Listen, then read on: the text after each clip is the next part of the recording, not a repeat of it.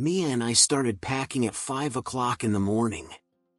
She looked very worried standing next to her massive suitcase. I immediately noticed that her bag was much too heavy for a carry-on. Mia wanted to bring a large jar of honey as a gift. I had to explain the first airport rule to her right away. Honey is considered a liquid, so you cannot bring such a large volume. She was genuinely surprised by this piece of news. I took out my digital scales to check the weight of her luggage. The scales showed 12 kilograms instead of the allowed 8. We had to quickly move some items into my own suitcase. Mia tried to stuff 3 pairs of heavy shoes into the side pockets. I advised her to wear the heaviest sneakers during the flight. This old traveler's trick always helps to save some space. Then we remembered to check our documents and boarding passes. I checked my passport in the back pocket of my jeans. Mia searched for her passport among a pile of scarves and dresses. Eventually, we found it at the very bottom of her small handbag. Next, it was time to check the electronics and power banks. According to the rules, lithium batteries must be in carry-on luggage only. Mia wanted to put her extra battery into the large checked suitcase. I stopped her just in time because that is strictly forbidden for safety. We neatly folded all the cables into one small organizer. Then I reminded her about sharp objects and manicure scissors. She put them in a cosmetic bag that we decided to check in. It is forbidden to have any sharp items inside the airplane cabin. Mia looked like she was preparing for an expedition to the mountains. I smiled and said that everything would be stricter at the airport. We drank a glass of water right before leaving the house. I scanned the room one last time to make sure nothing stayed behind. My blue backpack was perfectly packed and ready for the journey. Mia managed to close the suitcase zipper only on the 3rd try. She was worried that we would be late for flight registration. I called a taxi 2 hours before the plane's departure. We sat in the car and started checking the to-do list again. The trip to the terminal took about 40 minutes due to traffic. Mia kept opening her bag to check the tickets repeatedly. I held her hand, trying to calm her nervous excitement. Before entering the airport building, we took a deep breath. The glass and concrete building looked very large and magnificent. The adventure began at that very moment on the station platform.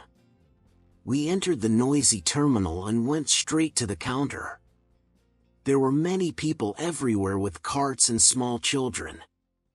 Mia held her water bottle tightly in her hands. I told her she would have to leave the bottle before security. Rules forbid carrying containers larger than 100 milliliters. She took a big gulp and sadly threw the bottle in the bin. We approached the area for personal belongings and security screening. I took out my passport and boarding pass for verification. The security officer pointed us to the special plastic bins. I took off my watch and placed it in a small container. Mia began laying out her things with great caution. She had to take out the transparent bag with all her cosmetics. All liquids had to be compactly packed in this specific bag. The officer looked closely at her tube of toothpaste. Fortunately, it did not exceed the established volume limits. Then Mia remembered her large laptop inside its sleeve. I helped her take out the gadget and place it separately. This is a mandatory requirement for better X-ray scanning.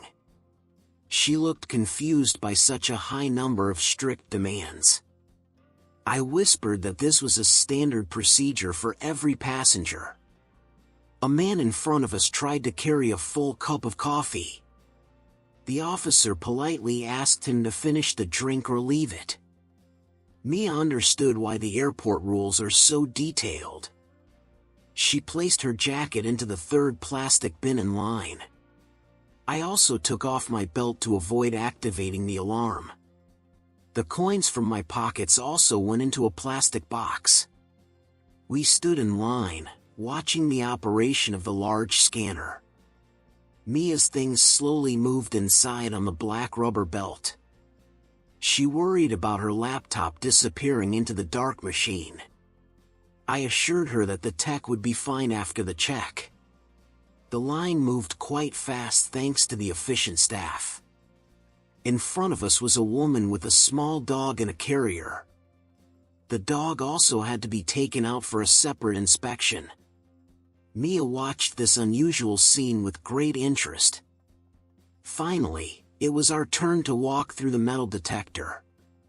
I went first to show her an example of calm movement. The frame made no sound, and I passed through easily. Mia prepared to take her step into this metallic corridor. She looked focused, as if performing a very important task. I waited for her on the other side with a smile.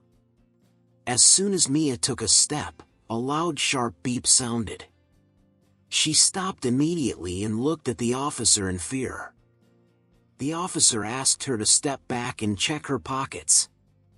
I understood immediately what the reason for this alarm was. Mia had a massive metal belt with a large buckle on her waist. She completely forgot to take it off before walking through. Mia started unfastening the belt quickly, feeling a bit embarrassed. I encouraged her with a look, showing that everything was fine.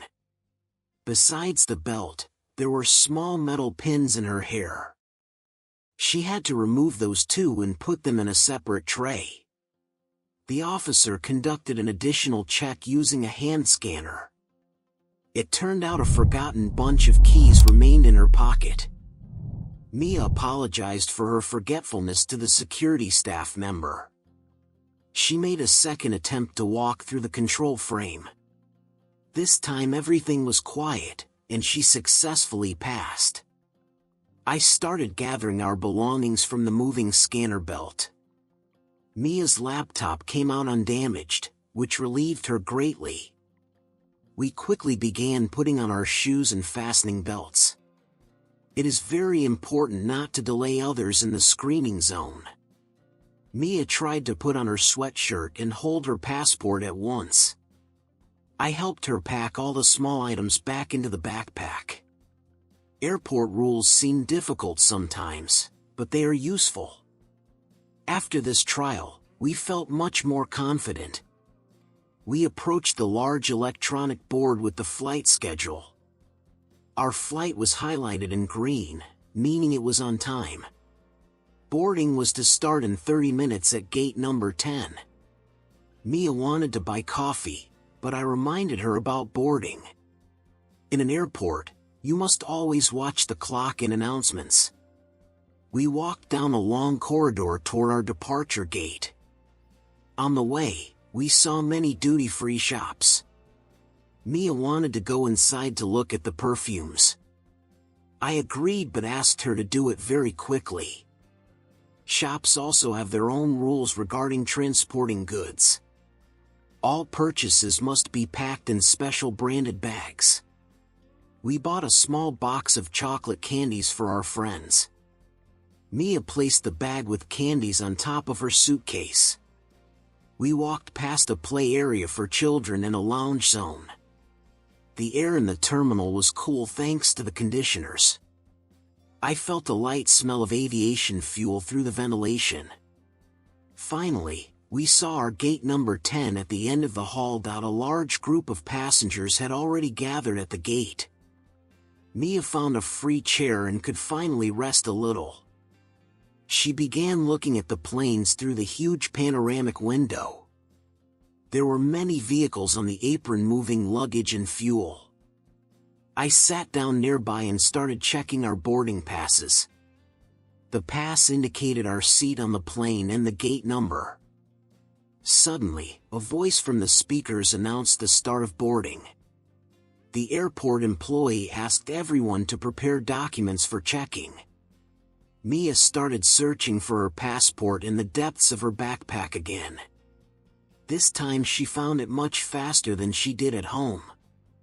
We stood in line behind a group of tourists with large backpacks. Rules require showing the passport on the main photo page. The employee scanned my ticket, and a green light appeared on the screen. Mia went next, feeling a bit of tension before the encounter. Her pass was also successfully scanned without any problems. We walked down a long glass jet bridge toward the plane entrance.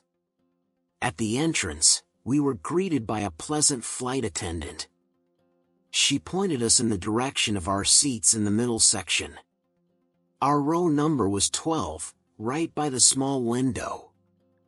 I helped Mia lift her suitcase onto the overhead bin. There was little space there, so I had to move other bags. Mia sat by the window, just as we had planned yesterday evening. I took the seat next to her to be closer during the flight. She immediately started looking for the seat belt under her chair. I explained how to correctly fasten and adjust the belt. This is the most important safety rule during takeoff and landing. Then we started studying the safety instruction in the seat pocket. There were diagrams of evacuation and how to use oxygen masks. Mia read every word carefully, trying to remember it all. The cabin crew began demonstrating the rules of conduct in the cabin. They showed where the emergency exits were located in the plane. I reminded Mia that the phone must be switched to flight mode.